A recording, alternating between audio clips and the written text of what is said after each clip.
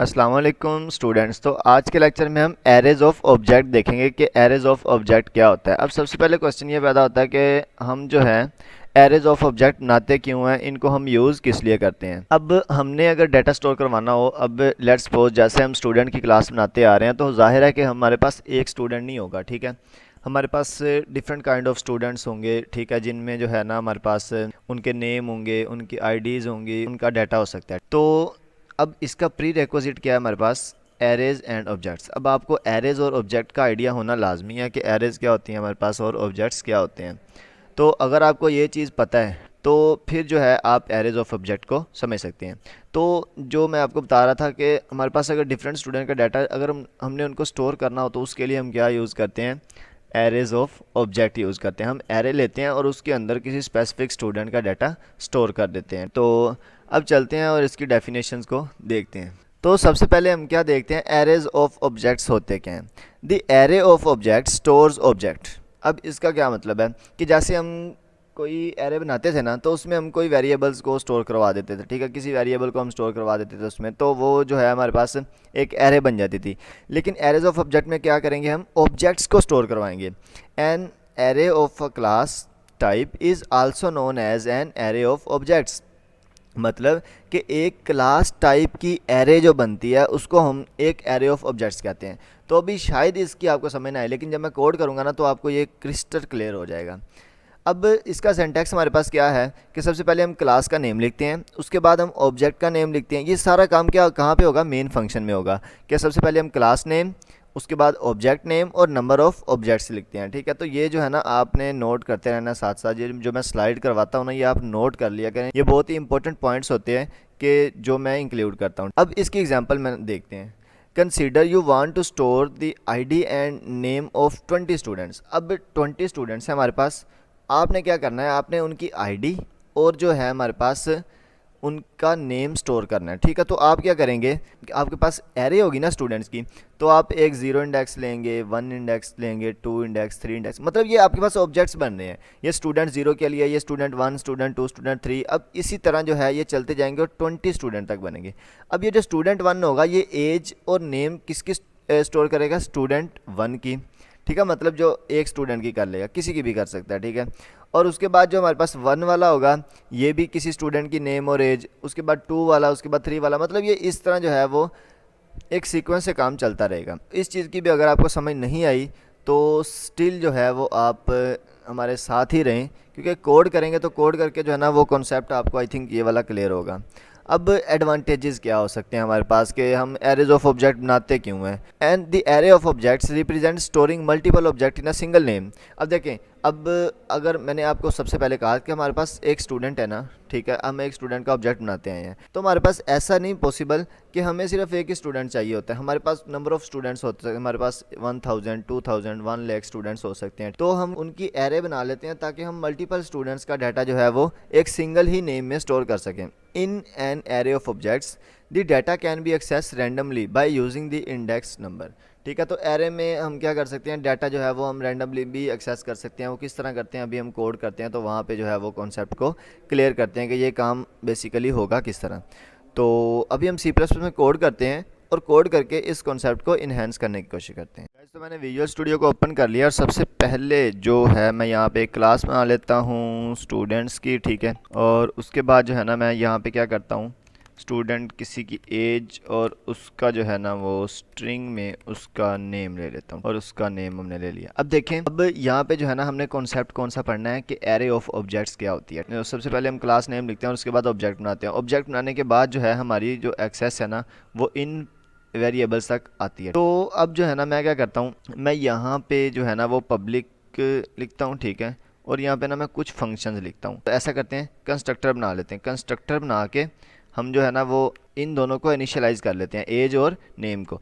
तो यहाँ पे जो है ना मैं क्या करता हूँ, मैं इंट ए, ये कोई ए लेगा और उसके बाद जो है ना ये कोई एक स्ट्रिंग लेगा, ठीक है। ये जो कंस्ट्रक्टर होगा ये कोई स्ट्रिंग लेगा, स्ट्रिंग एस में लिख देता हूँ। तो जो हमारे पास ए आएगा वो हम किसको असाइन कर देंगे, एज को। और जो हमारे पास जो है वो स्ट्रिंग का जो नेम होगा ना उसको हम क्या असाइन कर देंगे, एस असाइन कर देंगे, ठीक है, स्ट्रिंग असाइन कर देंगे। अब ये हमारे पास, उसके बाद हम क्या करेंगे, गेटर का फंक्शन बनाएंगे और यहाँ पे जो है ना मैं गेटर का फंक्शन इन टाइप का बना लेते हैं, ठीक है। तो यहाँ पे मैं गेट एज का एक फंक्शन बना लेता हूँ। ये हमें रिटर्न क्या करेगा, ये रिटर्न करेगा हमारे पास एज। और यहाँ पे जो है ना मैं स्ट्रिंग और यहाँ पे मैं गेट नेम का फंक्शन बना लेता हूँ और ये हमें रिटर्न क्या करेगा, नेम। अब इतना काम जो है ना मैंने कर लिया। अब देखिए अब यहाँ पे जो है ना मैं एक ऑब्जेक्ट बनाता हूँ। सबसे पहले मैं यहाँ पे लिखता हूँ क्लास नेम और उसके बाद मैं क्या करता हूँ, इसका एक ऑब्जेक्ट क्रिएट कर लेता हूँ। और यहाँ पे मैं ना ऑब्जेक्ट डॉट, अब यहाँ पे मैंने ऑब्जेक्ट बनाया तो यहाँ पे एरर आ रहा है। अगर तो आपको पता है ना कि ये एरर क्या है तो आप कमेंट में लिख दें, ठीक है। आपके पास 3 सेकंड है। तो अगर आपको नहीं पता तो मैं बता देता हूँ। चलो अब यहाँ पे हम अगर कर्सर लेके आए तो यहाँ पे हमें एक एरर देखने को मिल रहा है, नो डिफ़ॉल्ट कंस्ट्रक्टर एग्जिस्ट। अब ये क्या है, हमने ऑब्जेक्ट बना दिया है। अब हमारे पास कंस्ट्रक्टर डिफ़ॉल्ट कोई भी नहीं है, ये पैरामीटराइज कंस्ट्रक्टर है, ठीक है। डिफ़ॉल्ट कंस्ट्रक्टर वो होता है कि जो कोई भी आर्गुमेंट नहीं लेता, क्योंकि हमने डिफ़ॉल्ट ऑब्जेक्ट बनाया है। तो इसलिए क्या यहाँ तो हम क्या करें, यहाँ पे एक स्टूडेंट जो है ना वो लिखें, स्टूडेंट का कंस्ट्रक्टर बनाएं और सिंपल इसको बचा खाली भी छोड़ दें तो चलेगा। और अगर हमने ये काम नहीं करना, ठीक है, तो फिर हम क्या करेंगे, इस यहाँ पे वैल्यूज़ पास कर देंगे। क्या क्या पास करेंगे, नंबर 1 तो हम एज पास करेंगे, ठीक है 18। और उसके बाद जो है ना हम क्या करते हैं, यहाँ पे कोई नेम पास कर देते हैं, जैसा कि नेम हमारे पास हो गया नेम। अब ये जो है ना इतना काम था। अब मैं क्या करता हूँ, मैं ना ऑब्जेक्ट डॉट गेट एज और उसके बाद जो है ना मैं यहाँ पे एक सी आउट स्टेटमेंट दे देता हूँ, ठीक है, कि ये जो चीज़ आए ना ये प्रिंट हो जाए। उसके बाद मैं एंड लगा देता हूँ और यहाँ पे नीचे आ जाते हैं और नीचे भी यही काम करते हैं और यहाँ पे भी मैं एंड लगा देता हूँ। तो अब मैं प्रोग्राम को रन करता हूँ। अब जब मैंने प्रोग्राम को रन किया तो यहाँ पे जो है ना हमने एज ही लिख दिया था 2 दफ़ा, तो यहाँ पे नेम करते हैं और अब जो है ना अगेन रन करते हैं प्रोग्राम को, ठीक है। तो जब मैंने प्रोग्राम को रन किया तो हमारे पास ये वाली आउटपुट्स हमारे पास आ गई हैं 18 और यहाँ पे नेम की जगह पे मैंने नेम ही पास करवाया था, ठीक है। तो यहाँ पे हम कुछ चेंज भी कर सकते हैं। तो ये जो है ना चीज़, अब कॉन्सेप्ट जो है ना अब आपने अंडरस्टैंड करना है। जो हमारे पास एरेज़ का कॉन्सेप्ट है ना, ये मैंने इसलिए किया कि आपको आइडिया हो जाए कि काम बेसिकली होता किस तरह है, ठीक है। तो अब जो है ना मैं आपको ये बताता हूँ कि एरेज ऑफ ऑब्जेक्ट क्या होती है। देखें अब मैं क्या करता हूँ, मैंने यहाँ पे इसको अनकमेंट कर देता हूँ, मतलब मैं इसको डिफ़ॉल्ट कंस्ट्रक्टर ही रहने देता हूँ, ठीक है।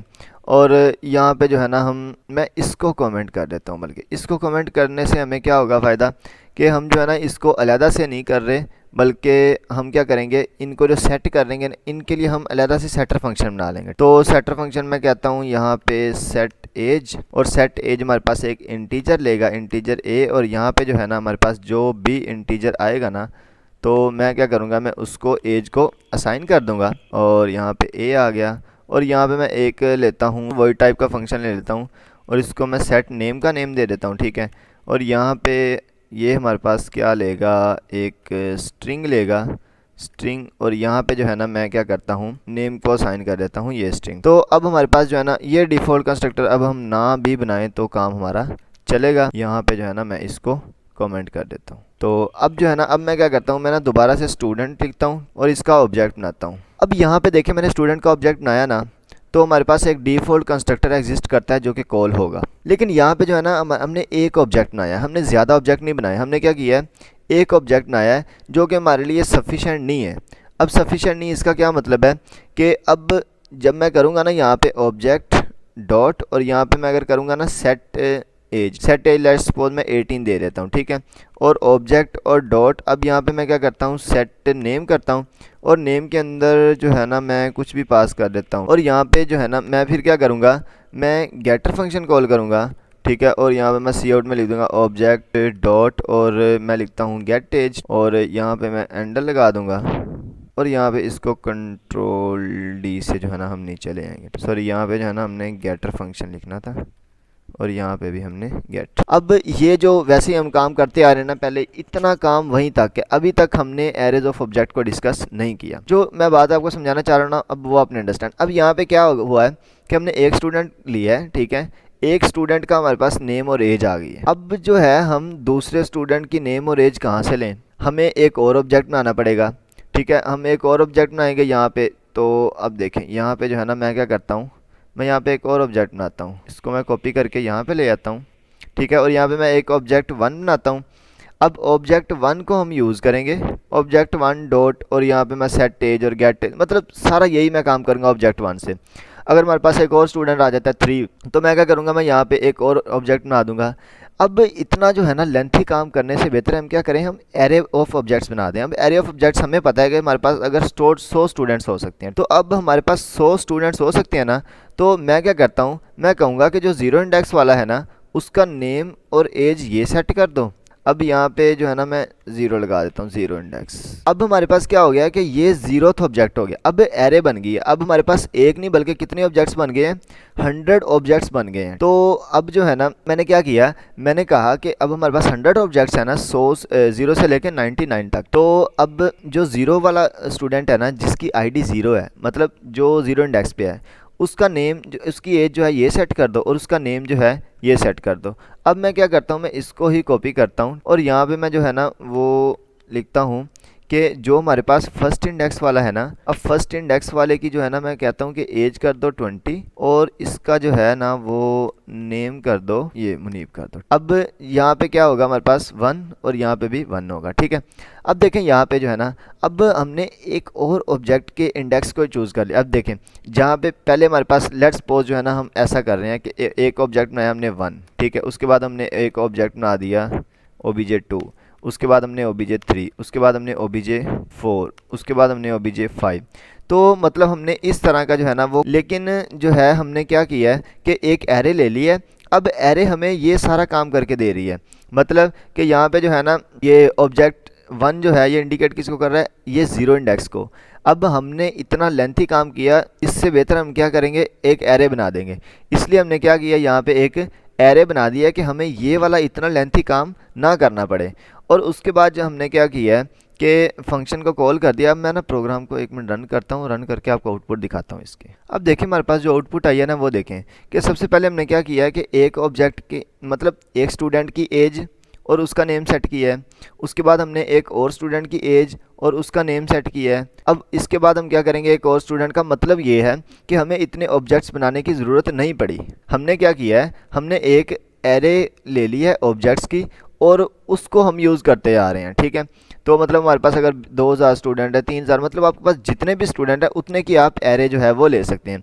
तो मतलब अब ये जो चीज़ है ना, ये हमें फ़ायदा क्या दे रही है कि हम जो है ना वो एक ही ऑब्जेक्ट बना के उससे हम क्या कर रहे हैं, नंबर ऑफ़ ऑब्जेक्ट्स बना रहे हैं। मतलब अब हमारे पास अगर एक स्टूडेंट है ना तो उसका डाटा हमने इंटर करना है, और हमारे पास अगर 1000 स्टूडेंट है तो उसका डाटा हमने इंटर करना है। अब हमें की बेनिफिट यहाँ पे क्या मिल रहा है कि हम 1000 ऑब्जेक्ट्स नहीं बना रहे।